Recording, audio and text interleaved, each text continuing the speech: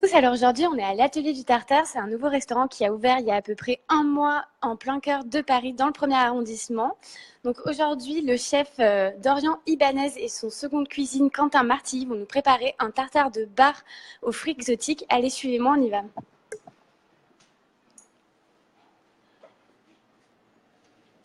Bonjour. Alors, vous pouvez nous dire ce que vous allez nous préparer? Alors, on va préparer un tartare de bar aux fruits exotiques. Donc, c'est une recette très simple. On va mettre juste un œuf mimosa avec, des petites pousses de frisée, la à cresse, des rubans de céleri branche, bien sûr, les fruits de la passion et de la mangue. Voilà. Super. Et comment se passe la préparation du coup? Et ben, c'est très simple. Donc, préalablement, on a levé le bar. Voilà. On a levé le bar, on l'a laissé mariner une demi-heure dans du gros sel et du sucre. Donc, trois quarts de gros sel et un quart de sucre. Ça permet de raffermir les chairs. Et on aura beaucoup plus de mâche en bouche. Ce sera pas un poisson qui va qui va être C'est un poisson qui rentre vraiment d'eau, tout simplement. voilà. Et C'est qui est juste quelque chose qui sera plus facile à assaisonner et qui est bon aussi dans le procédé de la recette. Exactement. Et comment vous est venue l'idée de cette carte entièrement carpaccio et tartare? Ben, tout simplement, on est sur des produits froids, donc au niveau de l'envoi, c'est beaucoup plus simple. Il y a moins le terme de chaleur à gérer pour un service qui est très compliqué, que le client il n'a pas une assiette avec un filet de bœuf qui est froid, etc. etc. Donc c'est beaucoup plus simple à envoyer, ça va très vite. Il y a une grosse préparation d'avance, mais après pendant le service on est vraiment libéré et juste deux personnes pour faire beaucoup de couverts c'est suffisant. Donc On va peut-être commencer la recette du coup? On va commencer la recette. Alors, si vous pouvez nous expliquer en même temps les étapes pour que ça soit plus facile pour nos spectateurs. Naturellement, le tout début de la recette, c'est de mariner le bar. Donc, comme on vous a expliqué avec la recette, gros sel et sucre. Donc ensuite, une fois que vous avez votre bar qui a été mariné, prenez un couteau, on le lève, tout simplement.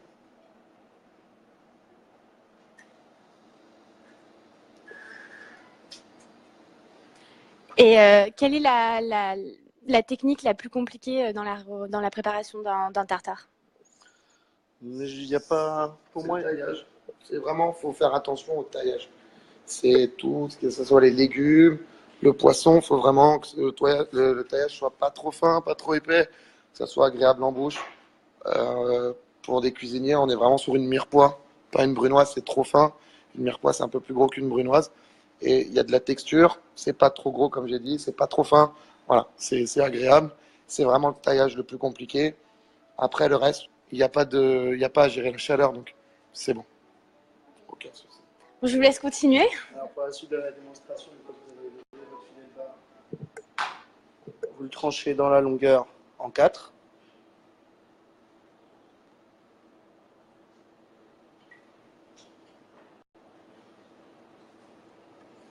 Vous le prenez dans ce sens-là, tout simplement pour faire des jolis cubes après. Donc comme on disait, pas trop petit, c'est pas utile.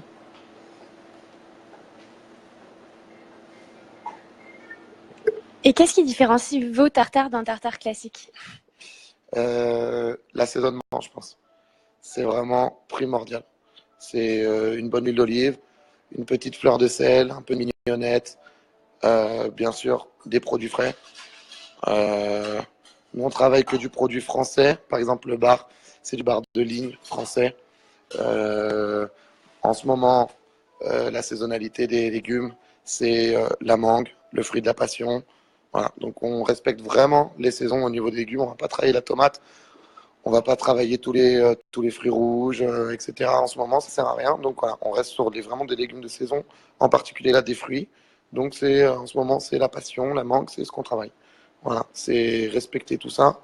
Et une fois que c'est respecté, quand on respecte le produit, à partir de ce moment-là, on peut pas se tromper. On peut vraiment pas se tromper. D'accord. Donc votre carte est assez changeante, si je comprends bien, par rapport aux produits de saison. Exactement, on change régulièrement, que ce soit tous les mois, tous les 2 mois. On essaie de travailler beaucoup de produits. Là, avec le temps, on va rentrer dans l'asperge. C'est étonnant parce qu'on est encore en février, mais on va bientôt rentrer dans l'asperge. Donc, on va travailler l'asperge. Voilà, c'est aussi simple que ça, que ce soit sur les champignons, sur les poissons, surtout. Surtout. On va à la Saint-Jacques, on la travaille parce que on peut se faire plaisir, on la travaille en ce moment. La truffe noire, on va la travailler aussi en ce moment. Voilà, c'est que du plaisir en ce moment, au niveau des produits. Et du coup, la deuxième étape de la recette, après avoir coupé le poisson? Deuxième étape de la recette, c'est tout d'abord de préparer donc, tous vos éléments. Donc nous, on avait déjà cuit des œufs durs, fait une brunoise de mangue et vidé des fruits de la passion. Donc là, ce qu'on vous montre, c'est comment faire des rubans de céleri. Vous avez tout simplement un morceau de céleri branche, comme ça, un économe rasoir. Vous le prenez dans ce sens-là et on fait des jolis rubans comme ça. La petite astuce pour qu'après ils s'enroulent, c'est de les mettre dans de l'eau froide avec des glaçons. Donc vous voyez, c'est pas compliqué. Qu'est-ce que ça fait de les mettre dans de l'eau froide avec des glaçons? Alors les mettre dans de l'eau froide avec des glaçons, ça fait tout simplement ça. Ça les fait un petit peu vriller, si vous voulez. Ça les fait tourner. C'est pour un aspect esthétique ou... Exactement ça, c'est pour un aspect esthétique, c'est pour amener du volume à l'assiette. Voilà. Après, ce qui est important aussi dans cette recette, c'est qu'on a beaucoup de choses. On a la mangue, on a le bar, on a les fruits de la passion, qui sont vraiment des éléments en bouche qui sont mous. Donc, on va essayer de retrouver un croustillant. Donc, justement, travailler justement le céleri branche cru, ça va nous permettre d'avoir plusieurs textures en bouche. Et c'est ça aussi la cuisine, c'est de travailler les textures, que ce soit les matières, les couleurs, mais principalement les textures. Nous, les cuisiniers, on cherche tout le temps à aller un petit peu plus loin. C'est juste pas avoir quelque chose que de mou dans la bouche. C'est pas intéressant. C'est voilà, faut hormis les saveurs qui doivent exploser en bouche, on doit aussi jouer sur les textures. Donc là, on a choisi le céleri branche. Donc c'est tout bête. Hein. C'est voilà, on va prendre un économe comme vous avez à la maison. Vous avez de l'eau, vous mettez quelques glaçons dedans, ils vont s'enrouler sur eux-mêmes. Et voilà. Donc grâce à ça, on va aller chercher l'esthétique et aussi quelque chose de pratique en goût, quelque chose d'intéressant. Donc voilà. Okay. Je vous laisse continuer du coup. Donc, pour la suite de la recette, on va pouvoir passer à l'assaisonnement. Alors, pour faire la vinaigrette, on prend un petit peu de fruits de la passion. Là, pour une personne, un tartare de bar, on va prendre 1,5 cuillère. On va y ajouter du vinaigre balsamique blanc. Et mélanger. C'est important. Tous les éléments qu'on a là, on peut les trouver dans n'importe quelle épicerie de Paris. C'est pas quelque chose qui est introuvable. Le vinaigre de balsa blanc, c'est quelque chose de très commun. On est plus habitué au rouge, mais voilà, le blanc ça va nous rapporter aussi encore un petit peu plus de fraîcheur. Ça va moins casser le goût du bar, etc. Ça va rapporter limite un petit peu du sucre dans cette recette, donc qui est vraiment basée que sur le sucre. Donc c'est vraiment très intéressant. Donc voilà. Donc c'est quoi la différence entre le blanc et le brun en balsamique, enfin au niveau du goût? Ah, au niveau du goût, eh ben, le brun, enfin le rouge, est beaucoup plus tranchant, il va être sec. C'est quelque chose qu'on va utiliser pour les tomates, pour relever le goût des tomates. C'est quelque chose qui va être sur l'acidité. Tandis que là, le blanc, c'est vraiment utilisé, par exemple, c'est pour tout ce qu'on fait pour les marinades pickles, pour les petits oignons, etc. Donc, c'est vraiment un vinaigre beaucoup plus doux. C'est pas comme le vinaigre d'alcool blanc, etc. C'est vraiment un vinaigre beaucoup plus doux. Et pour travailler le poisson, c'est beaucoup mieux. Ça va pas cuire notre chair, ça va pas l'agresser ni rien. Et puis même en bouche, c'est beaucoup plus, c'est doux, ça a de la longueur. Voilà. Moi, je préfère beaucoup plus le balsamique blanc que le balsamique rouge, par exemple. Et j'ai vu à votre carte, vous avez des tartares végétariens, donc du coup, tout aliment peut être tartare. Tout aliment peut être tartare, exactement. Ben ça, en l'occurrence, c'est une recette de mon sous-chef qui m'a proposé et que qu'on a fait finalement. Après, on travaille vraiment que les légumes de saison. Donc, bon, on a mis un petit peu de pommes de terre, on travaille le topinambour, le céleri branche et bien sûr, on met un petit peu de brisure de truffe noire et quelques lamelles de truffe noire à la fin. Et après, on va mettre un espuma topinambour pour finir l'assiette, pour l'habiller. Et c'est un plat qui marche très très bien en ce moment, vraiment. On va finir la vinaigrette. Donc pour le déroulé de la vinaigrette, on s'était arrêté au moment où je mettais le vinaigre balsamique blanc. J'ai ajouté tout simplement de la fleur de sel, du poivre concassé et de la ciboulette.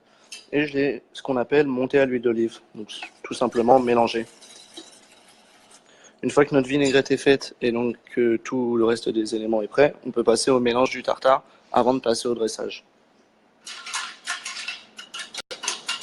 Donc on commence par la matière principale. Donc on commence par le bar.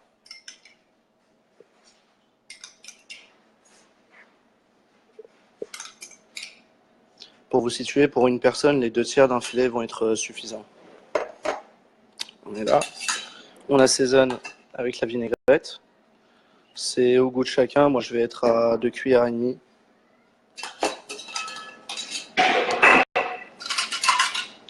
On y ajoute les différents éléments. Donc, en l'occurrence, la mirepoix de mangue. Là, pour pas avoir un côté trop sucré, justement trop mou, comme disait le chef, on va pas trop en mettre. Il ne faut pas que ce soit plus fort que le bar et que l'assaisonnement. On finit avec un peu de coriandre ciselé. On assaisonne aussi son tartare, à convenance, bien évidemment. Vous mélangez.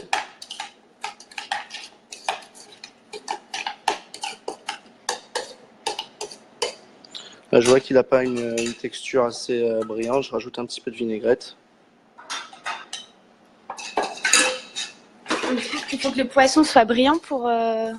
C'est un indicateur, si vous voulez. Enfin, moi, je pense comme ça. Si vous voulez, ça montre que le poisson est bien assaisonné, que tout l'assaisonnement est homogène, en fait. Que vous n'ayez pas l'impression que le poisson, qu'il y a un morceau de poisson qui n'est pas assaisonné dans votre tartare. Donc, on goûte, bien sûr. Pour moi, c'est bon. Chef, vous voulez goûter? Allez, goûter. Vous voulez goûter? Je veux bien. Allez. Excellent. Merci. Trop d'honneur.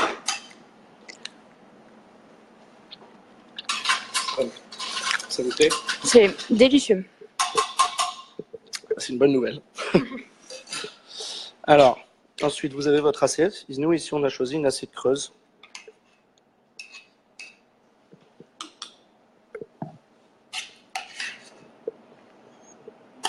Et donc, on commence par mettre le tartare au fond de l'assiette. Là, vous voyez, je récupère vraiment tout ce qu'il y a dans le cul de poule pour montrer que les 2/3 d'un filet, pour une personne, ça va être suffisant avec les différents accompagnements qu'on va mettre dedans.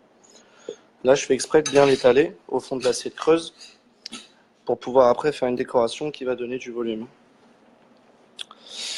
Ici, on aura aussi donc un blanc d'œuf dur, cuit dur, avec un appareil mimosa assaisonné donc à la moutarde Sapporo, à la moutarde de Dijon et 7 poivres. Alors, je commence tout simplement par poser ça. Ici, j'avais un petit peu de frisée fine, ce qu'on appelle. Donc, j'ai juste gardé le jaune. Je vais assaisonner ça avec un petit peu d'huile d'olive. C'est important d'assaisonner à chaque fois, à chaque nouvelle étape. Pourquoi vous avez choisi de la frisée jaune? J'ai choisi de la frisée jaune parce que ça amène du volume, ça amène un petit côté amer pour casser aussi avec le côté très mou, très moelleux, très sucré de la recette. Donc vous avez vu un petit trait d'huile d'olive, de la fleur de sel.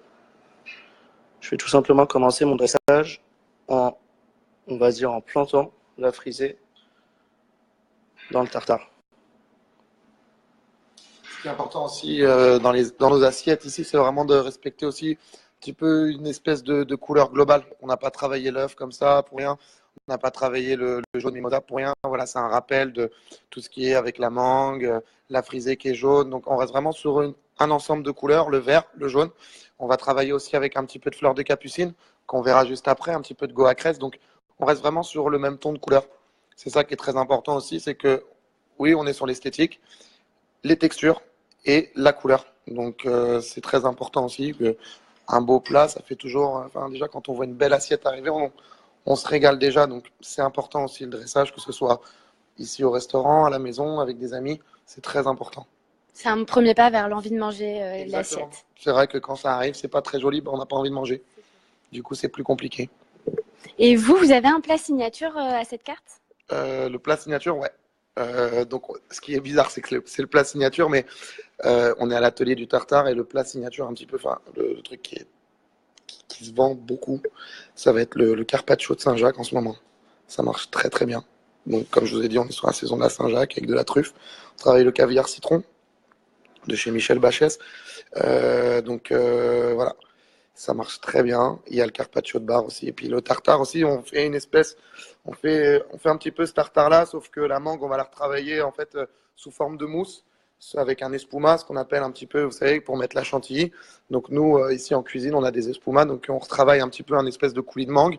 Et à la fin, on va mettre en fait une belle mousse tout autour du tartare et ça va venir en fait assaisonner le tartare. Le client va déstructurer l'assiette, va tout mélanger ensemble et là c'est là où ça va devenir intéressant en fait. Donc on retravaille aussi vraiment la globalité de la recette, que ce soit au niveau des assaisonnements ou même des dernières petites pousses qu'on a mis, c'est quasiment semblable. C'est quasiment semblable la recette qu'on fait ici. Donc voilà. Donc, pour manger un tartare, enfin vos tartares, il faut carrément les déstructurer pour qu'on ait Peu. tous les goûts en bouche. Exactement, ouais. On fait un tartare de filet de bœuf, c'est pareil. Donc l'assaisonnement, il est en espuma en fait. C'est-à-dire que tout ce qui est les cornichons, les capres, le ketchup qu'on retrouve dans un tartare haché, là on va le retrouver à côté de l'assiette sous forme d'espuma, sous forme de mousse. Et en fait, le client va mélanger directement la viande qui est crue sur le côté légèrement assaisonnée avec de la fleur de sel, c'est tout. Et en fait, c'est ça qui est intéressant. C'est vraiment faut qu'il y ait aussi maintenant une espèce d'animation dans les restaurants. Faut pas juste venir, on mange. Voilà, faut qu'il y ait une animation, que ce soit avec un petit pichet, on va mettre la vinaigrette, ou etc. Voilà, faut qu'il y ait une animation dans tout ce qu'on fait. Et le client est très content. Très content. C'est génial. Donc, du coup, c'est fini? Alors du coup, le dressage est fini. On s'en était arrêté donc aux pousses de frisée, donc que j'ai mis tout simplement dans le tartare. Vous n'aurez aucun mal à les planter. Donc ensuite, mes petits copeaux de céleri qui étaient dans de l'eau glacée, je les ai placés simplement derrière la frisée pour encore une fois ramener ce volume. Le fait que ça se voit pas trop et que ça soit pas trop pétant, c'est aussi bien parce qu'on a le jaune de la mangue qui est la couleur principale de l'assiette avec l'appareil mimosa dans le blanc d'œuf. Donc cette petite surprise aussi gustative, je pense qu'elle sera sympa pour celui qui la dégustera. On a mis du goa cress, donc les pousses dont vous parlait le chef il y a un instant. Le goa cress, c'est pas pour rien qu'on l'a mis, c'est que c'est la jeune pousse de coriandre. Bon, si vous vous souvenez bien, on a assaisonné tout à l'heure le tartare de bar avec de la coriandre ciselée. Là, on fait un petit rappel qui en plus nous sert de décor. C'est à double emploi, donc c'est génial. Et pour terminer, on a mis des petites fleurs de capucine pour aussi rester dans le orange. Donc, vous voyez, on se disperse pas trop dans les couleurs, on fait pas du monochrome, mais on reste sur un ton, un thème, pas se disperser. Je pense que c'est une bonne chose. Et au niveau du goût, ça apporte quoi la fleur de capucine? La fleur de capucine, ça va rajouter un petit goût épicé, ça va rajouter un petit goût amer. Un petit goût amer, ouais. Et voilà. Je pense que quelque chose n'a pas besoin d'avoir trop de goûts différents non plus. Sinon, Et ça se trouve comment, la fleur de capucine? Enfin, est-ce que tout consommateur peut en trouver? Oui, on peut trouver par exemple, sans citer une marque, mais à la grande épicerie de Paris, c'est très facile de trouver ce genre d'éléments. J'en ai vu la dernière fois justement pour Noël, j'ai dû faire quelque chose. J'ai pas eu le temps de voir avec mes maraîchers ici. Je suis parti à la grande épicerie, on trouve de tout, vraiment. Donc que ce soit la goa cress, la fleur des capucines, ça devient enfin, tout le monde aime bien cuisiner et c'est vrai que voilà, c'est des choses qui sont un petit peu, c'est un rajout pour la cuisine, mais ça donne vraiment, après le terme, ça donne vraiment de la gueule à l'assiette. C'est vraiment très intéressant. Donc on en trouve de plus en plus et c'est pas trop cher non plus. Donc c'est vrai que c'est intéressant. C'est vrai qu'on va pas en travailler tous les jours comme pour manger pour chez soi, mais pour des amis, etc. On peut faire l'effort et on va chercher des fleurs. Et ouais, voilà. Et puis les fleurs sont comestibles, il n'y aura pas de problème. Super. Donc on est peut-être prêt pour déguster? on est peut-être pour déguster.